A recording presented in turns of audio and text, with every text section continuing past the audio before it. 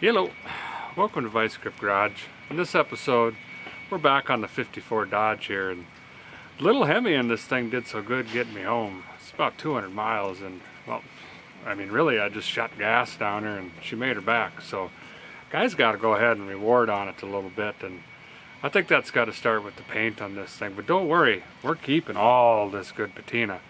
But I'm going to show you a method to get the paint oxidization and a little bit of the surface rust off. It's kind of a alternative to Scotch-Brite or common washing. I think it's a lot easier and it's a heck of a lot cheaper, if you can believe that. And then we'll see if we get the thing started. It's been sitting here for about a month now, and I forgot about the brake pedal goes to the floor again. Got to deal with that.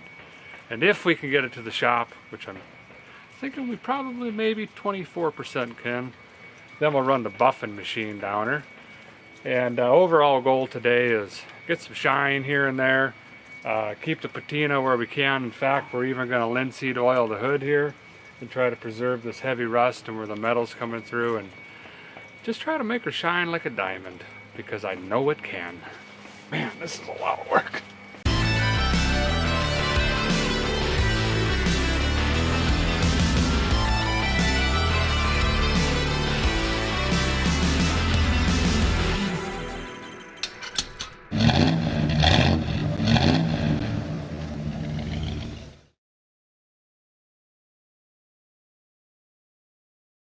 First step, let's just hook your peepers in here so you can see how it currently is. And you can see the oxidization here. And then she's got some rust coming in. A lot of this will clean up actually. In fact, here's that cheap turtle wax and a little green jug thing. That's what that looks like. And if you've got 42 and 9% days, you can just keep on doing it that way. But this way's a lot faster. We're going to keep all that down in there. It looks great. I like little things like this, the primer showing through.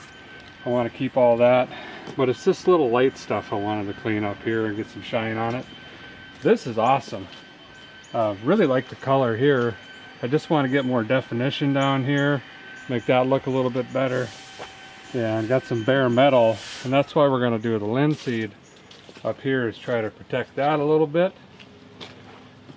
This side has that same oxidization. If you look close, you can see stripes. That's from a wash that actually blew some of that paint oxidization out. I mean, it was thick. It was on here. This is going to look great once we clean that up. And really, the only rust in this whole car is a little bit there, a little bit there. Otherwise, I mean, it's in really good shape for Minnesota. And I think the rough will polish up really nice. I haven't even really been up here, to be honest, to see if there's anything wearing through, but doesn't really look like it. So again, the goal is just a little bit of shine, a little bit of patina, and a whole lot of cool. Well, here it is. It's really simple. Just SOS pads, and make sure you get the kind with the soap filled. It's already built inside of it there. And then you want to really make sure that it's got the stainless steel and the glass on the front and not the other flavor. And the reason I say that is you want the quad 0, the 0000, 0000. There's 4 zeros on it, and that just means that it's really, really, really fine. But before you go out in your driveway and start digging these into your Maserati, I do got to tell you, this isn't for clear coat. This isn't to like get wax and tree sap off of cars. This is for classic antiques. You know, just kind of doing the rat rod thing. So don't go digging this into good paint. It's for enamels and lacquer paints and things like that. This is a really good example. So you've been warned. You could end up with some scratches and stuff, but that's also why we're going to buff it. So I'm going to do half of this trunk here, so that way we have the way she was, and then we'll have the, hey, look at her now, and then you can really get your eyes in it. All you need is water.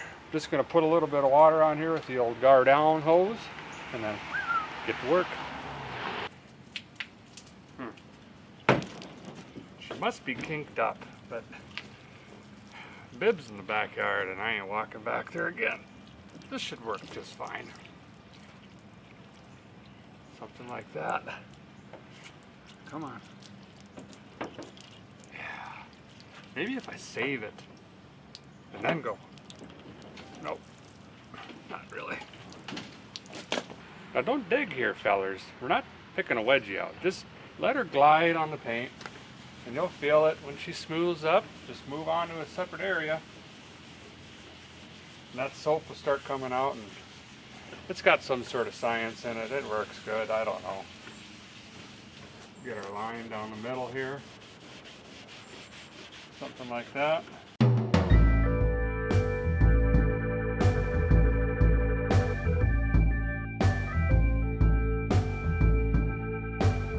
All right, now watch this.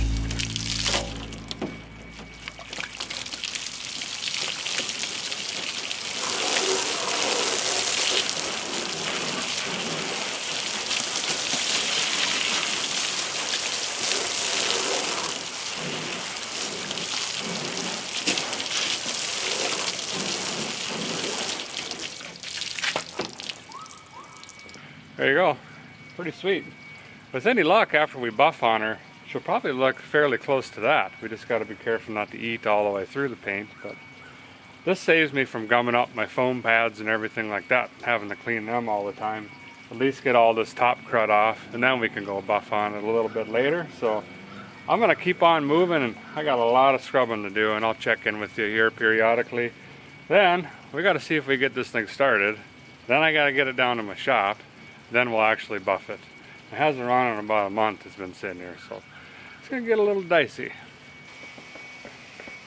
This roof doesn't look too bad. I'm kind of starting to wonder if the old top wasn't repainted, but I'll be able to find out here in a little bit.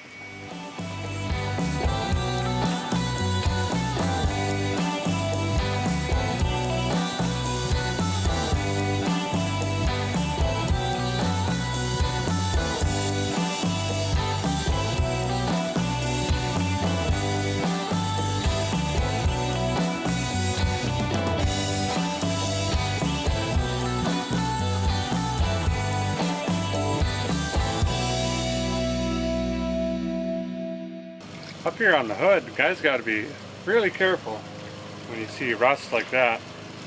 There's about a 102.4% chance that it's just straight metal under there. So you go digging too far, you know, unless you want that look, but it's a little harder to protect when it doesn't have this flash rust on it. So up here, all I'm really doing is just trying to get the porous surface off. I'm not going to do a lot up here. I'm just going to skim around a little bit. I don't necessarily want bare metal showing through. It does give it kind of neat colors. Some of you might like that, but I'm just going to take her a little easy up here. I'll do half of it how I want it, and then I'll show you guys.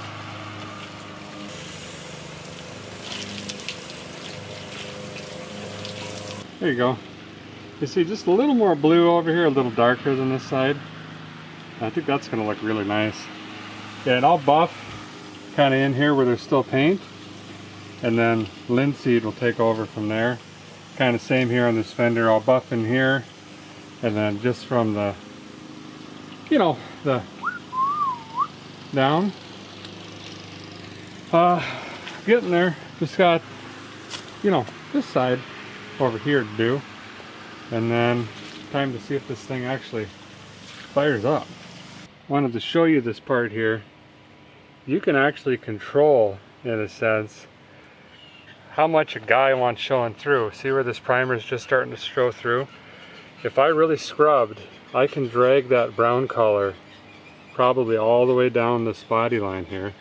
And same as this door, this part here, if I scrub pretty hard with this SOS pad, I can make this a little bit bigger and a little bit down here.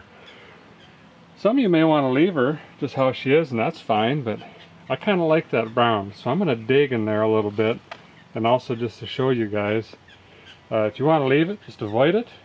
And especially when you're buffing, don't dig in there with the foam pad or here either. You'd kind of just come around and then hand polish that area. But I'm gonna dig in here a little bit and show you guys what you can do if you really want to make her stick out. A lot of pressure. And then where I see the paint lifting, I'm going to drag it. Push and drag. And look. Same here. I'm pushing towards that primer really hard. And there you go.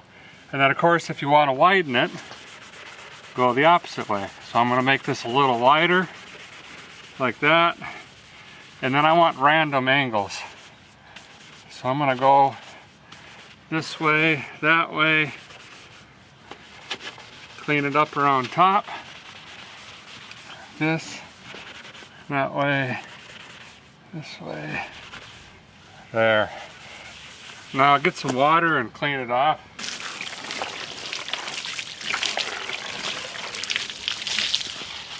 There you go. Again, that's optional, but you can see the different directions will give you these different kind of hash marks, and it makes it look like, you know, it took a guy 40 years of washing to get there, but I'll probably do a little more here, and then I'm going to do the same on the door, because for me, when you step back and you can see that primer popping through, I don't know, something about it, guy just really likes that. Looks like a whole new car already. A lot of you might want to just stop here and let her be. It's kind of got a matte finish, but I'm going to take her a little bit more this time. Most of them I would leave it like this, but I did find out that this is all original paint, top and bottom, so I want to really give her the works. I'm going to work on some mountain sodas while this is drying, and then we'll do the old power barn here and see if we can get her running. Yeah, HEMI. Never gets old looking at that. Well, I already know she's going to need some fire maker, so might as well just dump some of that in. And then I gotta hope that the battery's charged, because I don't have a charger here at the house. Whoa, way too much. Perfect. Guess I just left the key in it. That's fine. Come on, girl.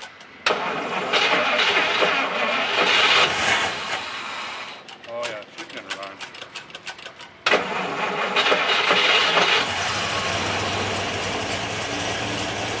Look at that. See, is it smoke? I didn't think she's smoking that bad.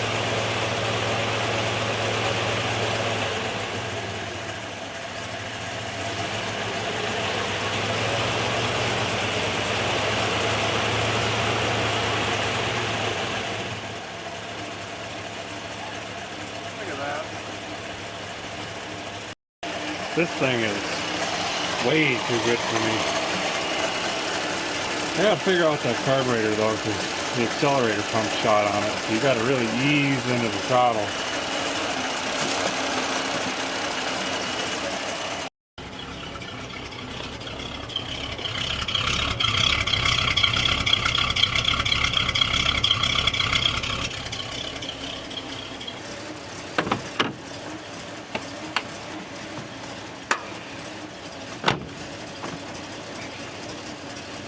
We've had a lot of rain the last month. It's really kicked the old smell up a notch in here. It's kind of like Worcestershire sauce and magnets. Anyway, I'm going to nurse this over to the shop. Maybe. And we'll get the polish going. Oh. I was just kidding. I don't think there's any brakes. Oh, there's a skosh. I think we'll be okay.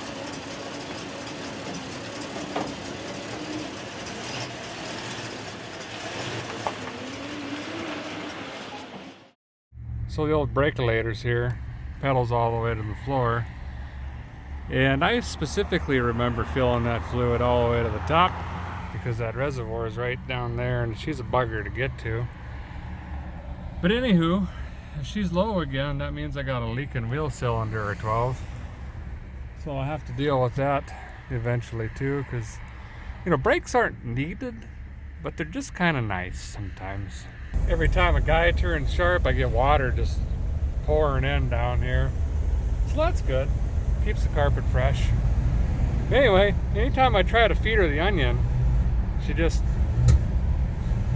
you know, she doesn't like it. Normally I'd live with that, but I can't give her a proper testing until the old carburetor kicks in right. Right now I just gotta ease into it like that. Then you can get a little bit of speed out of her.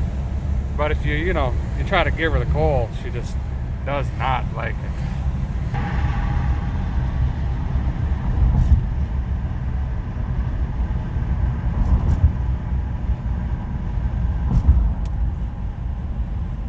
Well, the guy made it. That's good.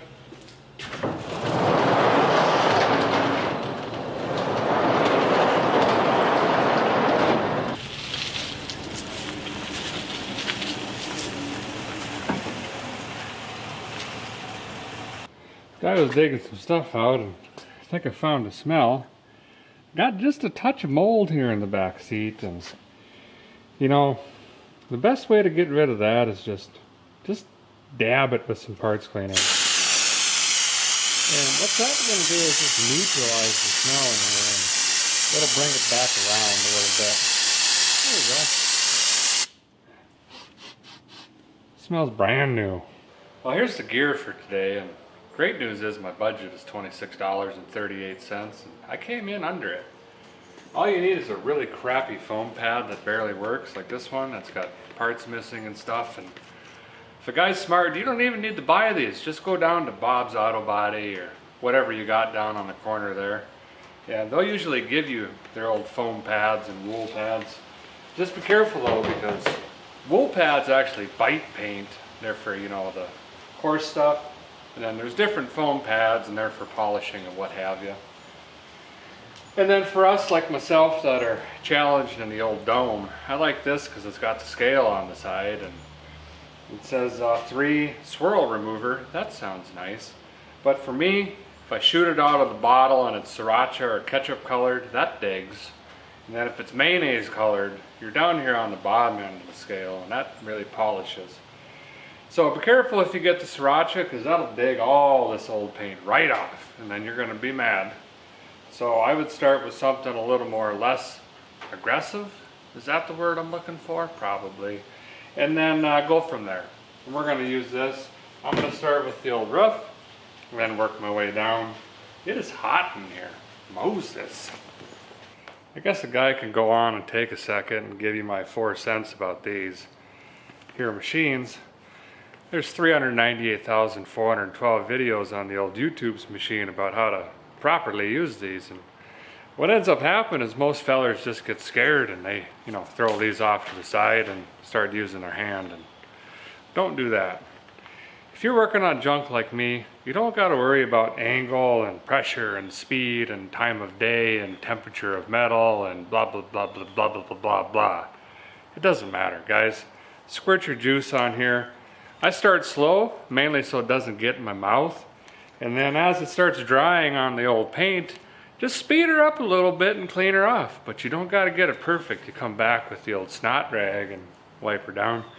The only thing that I care about is heat. You'll know you're doing it wrong if the metal is super hot, because every compound in America, due to science and the periodic table of elements, doesn't like heat. So if you're running this at 42,000 RPM, you're boiling your product, and it's going to stick on the paint. You don't want to do that. So just take your time and you'll be just fine. Where's my cord at? Yeah. Oh. It's fine.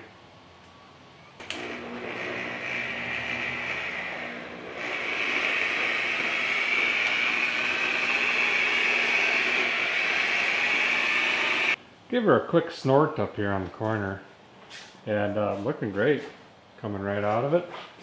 You can see how it fades into kind of this flat mat. But hopefully the old dome will come out like that. Got to be really careful, because this definitely is the factory finish.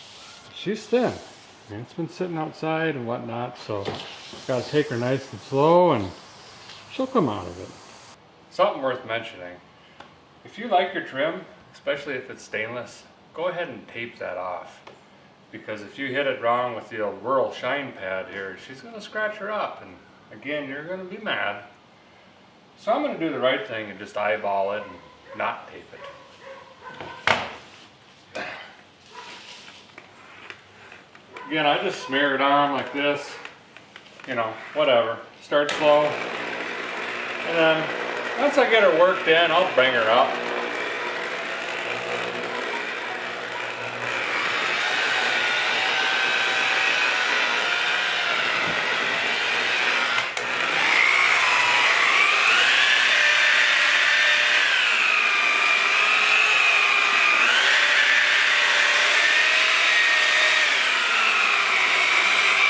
As I'm working the product in here, I can see this getting sticky because I'm not smearing it with the pad. And that's how you know it's getting a little warm. If you run your finger through it and you can kind of draw lines like that, she's too hot. So you either got to let her cool down, or I don't know where my juice went. If you just smear some more juice on, you can start over. But don't keep digging, it's just going to get worse.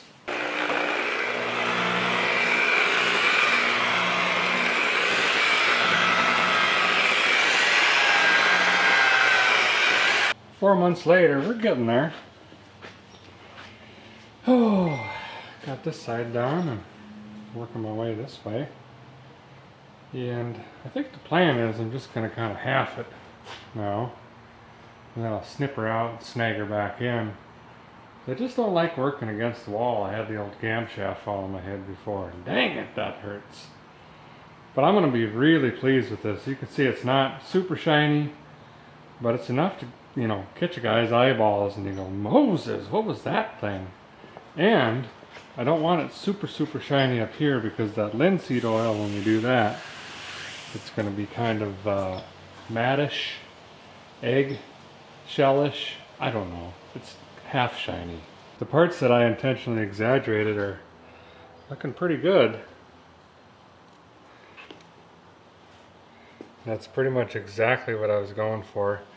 And I noticed up here, I got a little bit wearing through right on the outside of this winder. You know, that's from the lady's arm hanging out. I might actually, with the compound, bring this out quite a bit more as well. Get some blue showing through there. I think that'll look pretty good. But door not done, top door done. Quite a big difference. Okay guys, got this side pretty well done. And it's looking pretty good. It's got a little shine to her. Not a whole lot, but definitely enough to snag a guy's eye up. I'll show you what I'm doing up here. I'm basically just making a line of where I'm polishing, and then the rest I'll bring that linseed oil down to meet this. And I really only plan on polishing here and kind of up here in the front. And then I got to figure out how to, you know, blend on the two. But anyway, coming along pretty good. I'm going to keep on moving. Well, guys, in the home stretch now. I just got the driver's side left, don't you know? But ran into a big problem, and that's I'm lazy. And this is where I'm supposed to drive it in and turn it around so I can, you know, get at her better. But it wasn't happening. So instead I just slammed some floor jacks under the back and scooched her over a bit. And I think I got enough room in here. In fact, I can lean against the wall here and polish, so it turned out kind of ideal actually. Great things happen when you cut corners, guys. So I'm gonna, you know, just keep doing the thing. Arms are tingling, but what you gonna do?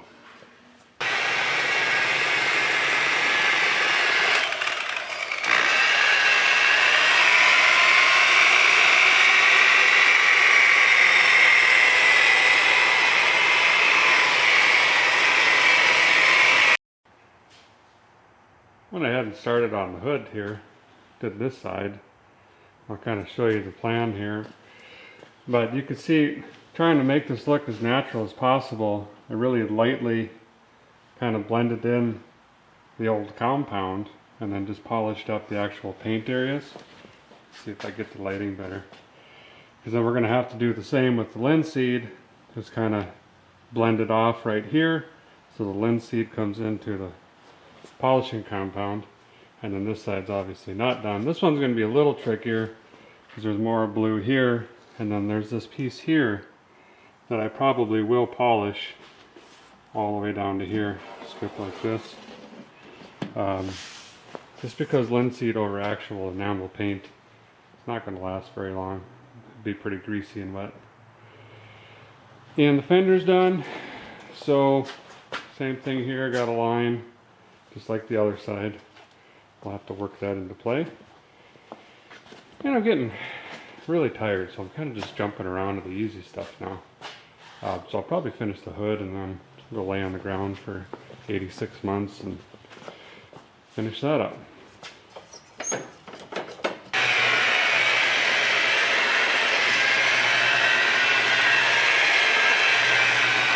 Finally, she's done. Got this side licked out. I think that's the whole car. There's a lot of residue. It's kind of a dimly lit shop, but it's pretty much all over. So what I'm going to do is run her up to the house, hand wash it, and then I'll park out in the sun there and let it dry. I mean, it's really hard to see if there's any residue on the white, stuff like that. And then there's a couple spots too. I'm going to put oil like here, maybe even a little here where there's some metal showing through on a guy. And then before I forget, be careful around these guys here, you know, where it says the thing of the car, because your pads will snip on this and bam, she's snagged off. Be very careful, stuff like this. You know, use your hand around that. All right, let's mix up some shine juice, and all you need for this is a container of some sort. Your boiled linseed oil, you gotta make sure it's boiled, and your mineral spirits. Mineral spirits is optional. I like to cut this down just a hair. Brings the shine down just a titch. I'm not sure why there's peanut butter here. I think I just use it to catch Jerry's, so we don't need that. I like to start off with about 4 Ozzy Osbournes here of mineral spirits. Yep, close enough. And then give her another 8 of the old ball linseed oil. This is going to be way too much, which is perfect. And then you're going to get one of these stir stick 400s, and this one came outside of the shed here, and you know, mix it in pretty good. You want to mix it up. Stir it around. Get her in here. And oh yeah, that smells good. And then, yeah, basically just need a dirty rag like this one, and good to go. Okay, here we go. Yeah. Secret here is there is none. You just dip it in and wipe it on. The only thing to keep in mind is this really is an oil, so you don't want to put a whole bunch on because it's never going to dry. So I like to just put a little on the rag, and then I smooth it out as much as I possibly can before I dip her in again.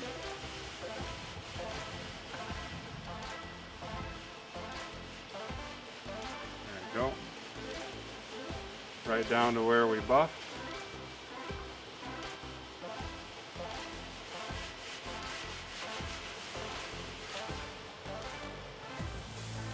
I'm going to flip my rag over because that's drier.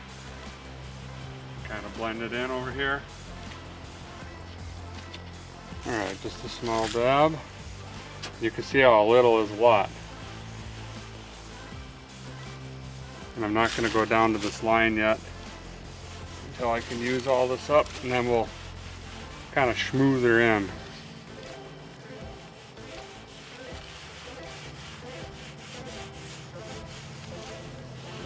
Flip my rag.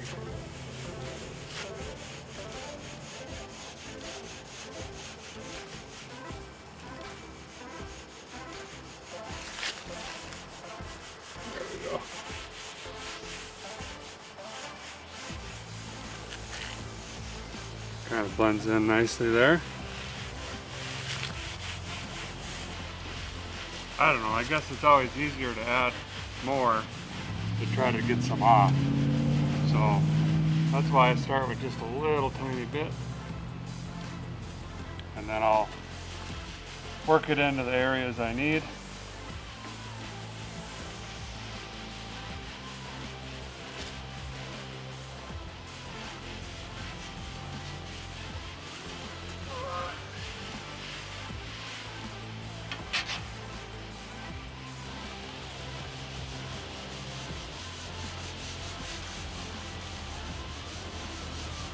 Finished product. There you go. This will calm down a little bit as it dries up. It'll be more of a matte finish, but I guess I achieved the guy's goal anyway, which was getting the buffed paint to blend into the linseed, which I think it does pretty dang good. And just remember, you're going to have to do that depending on the weather in a guy's area. You know, 6 months, 8 months, how much it sits outside. But it's so easy. I mean, you could do a whole vehicle in a handful of minutes.